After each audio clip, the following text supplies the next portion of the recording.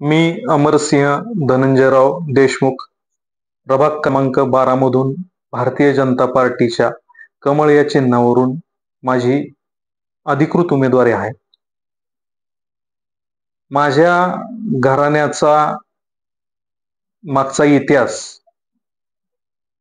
माझे दोन्ही आजोबा कैलासवासी माणिकराव दादा देशमुख, कैलासवासी माजी आमदार चांगुईराव देशमुख साहेब, माझे वडील, माझे चुलते हे सगळे आजपर्यंत गावाच्या डेव्हलपमेंटमध्ये त्यांचं सहकार महर्षींसोबत योगदान आहे. आपलं गाव डेव्हलप झालं पाहिजे, प्रगतशील गाव ओळखलं गेलं पाहिजे म्हणून त्यांनी जी सामाजिक चळवळ उभा केली, सहकार उभा केलं, त्यात माझ्या आजोबांसोबत इतरही मंडळींनी काम केलं आणि अतिशय चांगल्या पद्धतीनं गावचा तालुक्याचा विकास मागच्या काही काळात दिसला. अलीकडच्या काळात एकंदरीत असं लक्षात आलं की अकलूज किंवा माळशिरस तालुक्यातली डेव्हलपमेंट किंवा विकास हा फक्त भासविला जातोय. वस्तुस्थिती बघितली तर त्या ठिकाणी अतिशय विदारक अवस्था माझ्या प्रभागात किंवा अकलूज गावात आहे. अकलूज ग्रामपंचायत ही आशियामधली सर्वात मोठी ग्रामपंचायत समजली जायची. आता नगर परिषद झाली, पण सहज गावात तुम्ही जर बघितलं तर त्या ठिकाणी अतिशय दयनीय अवस्था गावाची झाली आहे. बाहेरचा व्यक्ती आला तर तो आश्चर्यचकित होतो की काय अवस्था आहे अकलूजची. अतिशय मोठ्या प्रमाणात पडझड, कचरा व्यवस्थापनाचा अभाव, त्याच्यानंतर रस्त्याचं तर मेन रोडला तुम्ही गांधी चौक ते आंबेडकर चौकातली परिस्थिती बघितलीच आहे. प्रचंड प्रमाणात धुळीचं साम्राज्य आहे. अशीच परिस्थिती माळेवाडी भागात माझा जो प्रभाग आहे त्यामध्ये मला बघायला मिळाली. मूलभूत गरजांमध्ये रोड, लाईट, पाणी या तिन्ही गरजांचा प्रचंड मोठा अभाव आहे. लोकांनी माझ्या प्रचारात मी सहभागी असताना त्यांनी त्यांची जी अवस्था सांगितली ती खूप दयनीय अवस्थेत ती लोक राहत आहेत. अतिशय चांगल्या पद्धतीनं सुशिक्षित वर्गातली लोक त्या ठिकाणी टुमटुमीत घर बांधून राहतात, पण ज्यावेळी ते रस्त्यावर येतात त्यावेळी ती अवस्था जर बघितली तर सामान्य माणसाच्या काय पद्धतीनं हाल अपेष्टा त्या ठिकाणी चालू आहेत ते लक्षात येतं.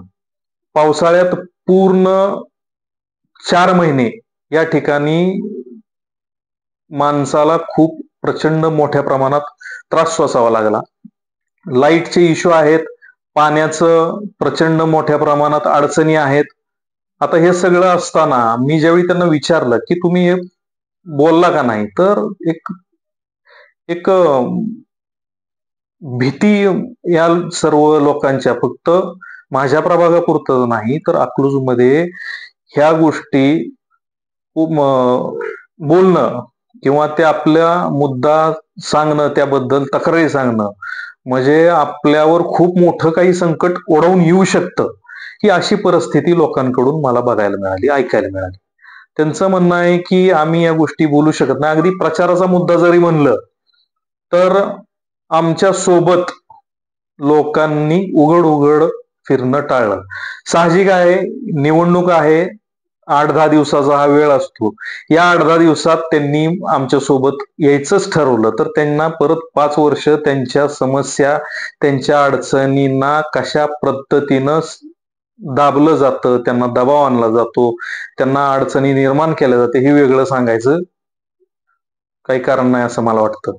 राहिला विषय आता तरुण वर्गाचा, तर प्रचंड मोठ्या प्रमाणात बेरोजगार तरुण या ठिकाणी दिसतो. हा जर विषय आत्ता आटोक्यात आणला नाही तर अतिशय दयनीय अवस्था या ठिकाणच्या तरुणांची, पुढच्या पिढीची आपल्याला बघायला मिळेल. सगळ्यात महत्वाची गोष्ट की ज्या पद्धतीने अकलूजमध्ये उद्योगधंदा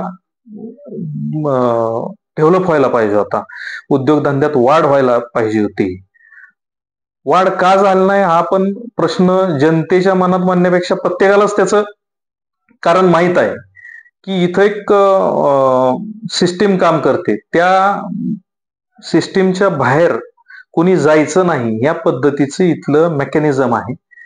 अलीकडच्या काळात शिक्षकांच्या बाबतीत जरी मी बोलायचं म्हणलं तरी स्वतःचं कष्ट, स्वतःची मेहनत आणि त्या कष्टातून मिळालेला पगार हा वर्षातील 5 ते 7 दिवसाचा पगार कुठल्या तरी इव्हेंटला, कुठल्या तरी वाढदिवसाला, कुठल्या तरी मेळाव्याला, खाजगी मेळाव्याला तो पगार कापला जातो. त्या पगाराची, त्या पैशाची काय किंमत आहे तो शिक्षक वर्गाला माहित आहे, पण बोलू शकत नाही. असंख्य समस्या या ठिकाणी मला या मतदारसंघातून बघायला मिळतात. बाकी बरेच विषय आहेत बोलण्यासारखे, पण वेळ तेवढा नाहीये. तर मी माझ्या मतदारांना आवाहन करतो की यावेळी आपल्या तालुक्यात कमळ फुलवायचंय. माननीय आमदार रामभाऊ सातपुते, आमचे मंडल अधिकारी सुजय भैया, आदरणीय जयाभाऊ तर आहेत, सीएम साहेब पण आहेत, यांच्या सगळ्यांच्या साथीनं आपल्याला या सगळ्या गोष्टींचा बिमोड करायचा आहे. तर मी सगळ्या माझ्या मतदारांना विनंती करतो की भारतीय जनता पार्टीला भरघोस मतांनी निवडून द्यावं ही विनंती.